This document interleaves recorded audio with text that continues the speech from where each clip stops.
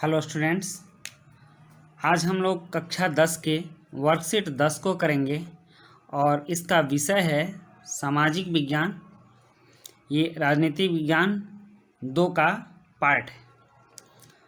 इस वर्कशीट में सबसे पहले विद्यार्थी आप यहाँ अपना नाम लिखेंगे और इस जगह पर अपने कक्षा अध्यापक का नाम लिखेंगे। आज के वर्कशीट में हमें संघवाद के बारे में जानना है। ये संघवाद क्या है? फेडरलिज्म। जैसा कि हम लोग जानते हैं कि हमारे देश में जो शासन की व्यवस्था का शुरुआत हुआ है, हमारे देश में जो संविधान बना है, उस संविधान में विश्व के अनेक देशों से कुछ अच्छे अच्छे चीज़ों का संग्रह किया गया। तो उन्हीं अच्छे चीज़ों में से एक चीज़ था ये संघवाद। तो ये संघवाद जो है हमारे देश का संविधान में जो शासन पद्धति में संघीय शासन व्यवस्था को अपनाया गया है, यह संघीय शासन व्यवस्था कनाडा के संविधान से लिया गया है। इस चीज़ को आप लोग ध्यान देंगे, याद रखेंगे कि संघवाद हमारे यहाँ कनाडा के संघीय शासन व्यवस्था से लिया गया है। या भारत शासन अधिनियम जो 1935 का था, 1935 का भारत शासन अधिनियम, ये अंग्रेजों द्वारा बनाई गई जो थी। तो इसका स्रोत, संघवाद का स्रोत हमारे संविधान में 2 है, एक कनाडा का संविधान और दूसरा 1935 का भारत शासन अधिनियम का संविधान, भारत का शासन अधिनियम। तो इसमें हम देखते हैं कि संघवाद के बारे में क्या कह रहा है। कह रहा है सत्ता की बंटवारे का ही एक रूप है संघीय व्यवस्था। सत्ता मतलब शासन व्यवस्था, शासन व्यवस्था का बंटवारा, सत्ता का विकेंद्रीकरण मतलब कि उसके केंद्र को बढ़ाना। जब कोई भी क्षेत्र बड़ा होता है, उस पर एक जगह से शासन करने में असुविधा होती है, तो सत्ता का बंटवारा किया जाता है, सत्ता का विकेंद्रीकरण किया जाता है। इसमें सरकार की शक्तियों को ऊर्ध्वाधर, ऊर्ध्वाधर मतलब बड़ा छोटा, ऊपर नीचे, यहाँ से ऊपर, ठीक, ऐसे या ऊपर नीचे ऐसे बांटा जाता है। ठीक, ऊपर नीचे तरीके से 2 या अधिक स्तरों पर, 2 स्तर पर, केंद्र सरकार या राज्य सरकार, या कह रहा है अधिक स्तर पर, तो इसमें एक और स्तर आ जाता है स्थानीय सरकार, स्थानीय स्वशासन, जो कि हमारे यहाँ पंचायती राज व्यवस्था के रूप में उपलब्ध है, उसको स्थानीय स्वशासन हम लोग कहते हैं, स्थानीय सरकार कहते हैं। तो हमारे यहाँ 3 स्तर पर हो गया, एक केंद्र सरकार, एक राज्य सरकार और दूसरा स्थानीय स्वशासन पर विभाजित कर दिया जाता है। इसमें मुख्यतः केंद्रीय और प्रादेशिक सरकारों के बीच, कह रहा है ना, केंद्रीय मतलब सेंट्रल गवर्नमेंट और प्रादेशिक मतलब स्टेट गवर्नमेंट के बीच शक्तियों एवं कार्यों का बंटवारा किया जाता है। किस चीज़ का बंटवारा किया जाता है? तो शक्ति का बंटवारा किया जाता है और कार्य का बंटवारा किया जाता है। इस व्यवस्था की कुछ प्रमुख विशेषताएं निम्नलिखित हैं। मतलब संघीय शासन व्यवस्था की कुछ प्रमुख व्यवस्था है जो ऐसी हैं। क्या क्या हैं? तो हमारे सरकार की संघीय शासन व्यवस्था की विशेषता कह रहा है कि 2 या 2 से अधिक स्तरों वाली सरकार। तो हमने पहले ही बताया था, आप यहाँ देख लीजिए, सबसे ऊपर में केंद्र सरकार होती है, केंद्र सरकार, और केंद्र सरकार के बाद राज्यों की सरकारें होती हैं। ठीक, केंद्र सरकार के बाद राज्यों की सरकारें होती हैं। हमारे यहाँ 28 राज्य हैं, ये आप लोग जानते हैं, और इन राज्यों के सरकारों का भी विकेंद्रीकरण किया जाता है स्थानीय सरकार के रूप में। तो इस तरह से सत्ता का विकेंद्रीकरण हो गया। स्थानीय सरकार मतलब पंचायती राज व्यवस्था, ठीक ना। ऐसे ऐसे सारे राज्यों की सरकारें भी बटी हुई हैं, जो हमारे देश के अंतिम लोगों तक, गांव में रहने वाले लोगों तक सरकार पहुंचती है। तो इसी को सत्ता का विकेंद्रीकरण कहते हैं और सत्ता का साझेदारी कहते हैं। केंद्र सरकार, राज्य सरकार, स्थानीय सरकार, 3 स्तर। पहला स्तर केंद्र सरकार, दूसरा है राज्य सरकार और तीसरा है स्थानीय स्वशासन, स्थानीय स्वशासन, जिसे हम लोग पंचायती राज व्यवस्था कहते हैं, पंचायती राज व्यवस्था। अब देखना है हमको कि इस केंद्रीय सरकार की विशेषता क्या होती है। आइए देखते हैं केंद्रीय संघीय सरकार की विशेषता क्या है? तो संघीय सरकार की विशेषता है कि 2 या 2 से अधिक स्तरों वाली सरकार होगी। जहां भी संघीय शासन व्यवस्था होगी वहां 2 या 2 से अधिक स्तर वाली, तो हमने देखा है कि हमारे यहाँ 3 स्तरों की सरकार है। और कह रहा है संविधान में प्रत्येक स्तर के सरकार की शक्तियों का वर्णन। हमारे यहाँ भी हमारे संविधान में सूचियों के माध्यम से प्रत्येक स्तर के सरकार की शक्ति का वर्णन है। हमारे यहाँ एक है संघ सूची, हमारे संविधान में एक है संघ सूची। इसमें संघीय शासन मतलब कि केंद्रीय शासन का केंद्र सूची, इसमें केंद्र सरकार क्या क्या कानून बनाएगी इसका वर्णन है। दूसरा है राज्य सूची, इसमें राज्य सरकार के अंतर्गत कौन कौन से कर्तव्य आएंगे, कौन कौन से कानून आएंगे, किस चीज़ पर कानून बनाएगी उसकी सूचना है। और तीसरा एक और है समवर्ती सूची।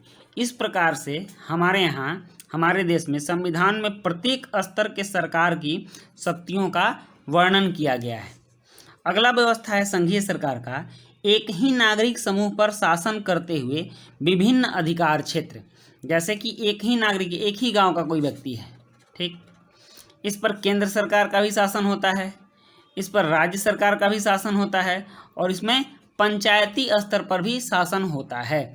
वहीं कह रहा है एक ही नागरिक समूह पर शासन करते हुए भिन्न अधिकार क्षेत्र। स्वतंत्र न्यायपालिका, हमारे यहाँ की जो न्यायपालिका है यह स्वतंत्र है, उसमें किसी का हस्तक्षेप नहीं है। यह अपने न्यायिक पुनर्विलोकन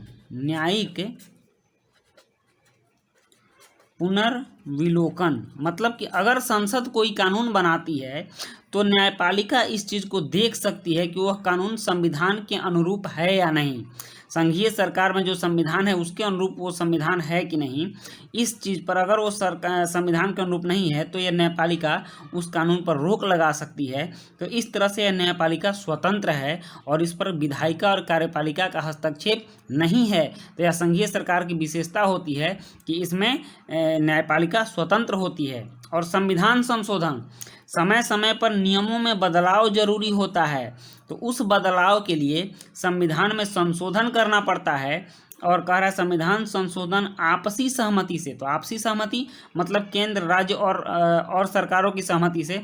तो हमारे यहाँ भी संविधान संशोधन की परंपरा है और अब तक बहुत बार संविधान का संशोधन हो चुका है, ठीक ना। ये संघीय सरकार की विशेषता है। अगली विशेषता है देश की एकता और क्षेत्रीय विविधता में सामंजस्य। देश में विभिन्न तरह के, विभिन्न संस्कृतियों के लोग रहते हैं, विभिन्न भाषा के लोग रहते हैं, विभिन्न रहन सहन वाले लोग रहते हैं। तो जब सरकारों में अंतर होगा, सरकार में सत्ता का साझेदारी होगा, तो इन सभी लोगों का प्रतिनिधित्व भी सत्ता में होगा, सरकार में होगा। विभिन्न लोगों की, विभिन्न संस्कृतियों में रहने वाले लोग भी सरकार में जाएंगे और अपने संस्कृति की सुरक्षा करेंगे और पूरे देश को एकता के सूत्र में बांधे रहेंगे। यह संघीय सरकार की विशेषता है। तो इस तरह से हमने देखा कि संघवाद क्या है, उसके बाद संघवाद में संघीय सरकार की विशेषता क्या है, संघवाद में सत्ता का बंटवारा कैसे होता है, सरकारें कैसी होती हैं, ठीक ना। अब आते हैं हम लोग इसके प्रश्नों पर। तो इसका प्रश्न है संघीय व्यवस्था किस प्रकार सत्ता की साझेदारी का एक रूप है। दूसरा प्रश्न है क्या हमारा देश भी संघीय व्यवस्था वाला देश है, समझाइए। और तीसरा प्रश्न है संघीय व्यवस्था वाली सरकारों में अंतर भी होता है, क्यों। और चौथा है संघीय व्यवस्था कैसे लोगों के जीवन को अधिक खुशहाल बनाने में कारगर होती है, उदाहरण देकर बताइए। इसके लिए हमने आपके आंसर तैयार कर रखे हैं, इसको आप लोग देखिए। पहला प्रश्न जो आपने देखा कि संघीय व्यवस्था किस प्रकार सत्ता की साझेदारी का एक रूप है, इसका उत्तर है संघीय व्यवस्था सत्ता की साझेदारी का ही एक रूप है, क्योंकि इस व्यवस्था में सरकार की शक्तियों को 2 या 3 स्तरों में विभाजित कर दिया जाता है। इसमें मुख्यतः सत्ता की साझेदारी केंद्र और प्रादेशिक सरकारों के बीच की जाती है। पहला प्रश्न हो गया। दूसरा प्रश्न है क्या हमारा देश भी संघीय व्यवस्था वाला देश है, समझाइए। अभी आप लोग देखे हैं संघीय व्यवस्था किसको कहते हैं, तो कह रहा है संघीय शासन व्यवस्था उसे कहते हैं जहां सत्ता की साझेदारी 2 या 3 स्तरों पर हुई हो। चूँकि भारत में भी सत्ता की साझेदारी 3 स्तरों पर हुई है, जैसे केंद्र सरकार, राज्य सरकार और स्थानीय शासन पंचायती व्यवस्था, इसलिए भारत भी संघीय व्यवस्था वाला देश है। हमारे संविधान में भी कहा गया है कि भारत राज्यों का संघ है। भारत राज्यों का संघ है, इसका वर्णन हमारे संविधान में है। हमारे देश में स्वतंत्र न्यायपालिका, संविधान संशोधन आदि संघीय विशेषता भी देखने को मिलती है। इस आधार पर हम कह सकते हैं कि हमारा देश संघीय शासन व्यवस्था वाला देश है। तीसरा प्रश्न है, संघीय व्यवस्था वाली सरकारों में अंतर भी होता है, क्यों? कह रहा है, उत्तर कह रहा है इसका कि संघीय व्यवस्था केंद्र तथा प्रादेशिक स्तर पर सत्ता के साझेदारी की व्यवस्था है। सत्ता की साझेदारी अलग अलग स्तर पर है, इसीलिए संघीय व्यवस्था पर केंद्र तथा राज्य में सरकारों में अंतर हो सकता है। केंद्र में किसी और दल की सरकार और राज्यों में किसी और दूसरे दल की सरकार हो सकती है, इसीलिए संघीय व्यवस्था में वाली सरकारों में अंतर होता है। और चौथा प्रश्न है, संघीय व्यवस्था कैसे लोगों के जीवन को अधिक खुशहाल बनाने में कारगर होती है? उदाहरण देकर बताएं। इसका उत्तर होगा, संघीय व्यवस्था में सत्ता की साझेदारी केंद्र से लेकर स्थानीय स्तर तक तथा विभिन्न भाषा और विभिन्न संस्कृतियों तक होती है। इस विभिन्न लोगों की आवश्यकताओं को स्थानीय सरकारों द्वारा तुरंत और स्थानीय स्तर पर पूर्ति की जाती है, इसीलिए संघीय शासन व्यवस्था में लोगों के जीवन को अधिक खुशहाल बनाया जा सकता है। हमारे देश में दक्षिण के राज्यों की आवश्यकताएं अलग और उत्तरी भारत के राज्यों के लोगों की आवश्यकताएं अलग होती हैं, जो उनकी स्थानीय शासन द्वारा समान रूप से पूरी की जाती है, जिससे दोनों क्षेत्रों के लोगों का जीवन खुशहाल बनता है। इस तरह आपका ये वर्कशीट हो गया, और इस चैनल पर आगे भी आपके वर्कशीट आते रहेंगे, इसलिए आप लोग इस चैनल को सब्सक्राइब कर लें और अपने दोस्तों के बीच ज़्यादा से ज़्यादा शेयर करें।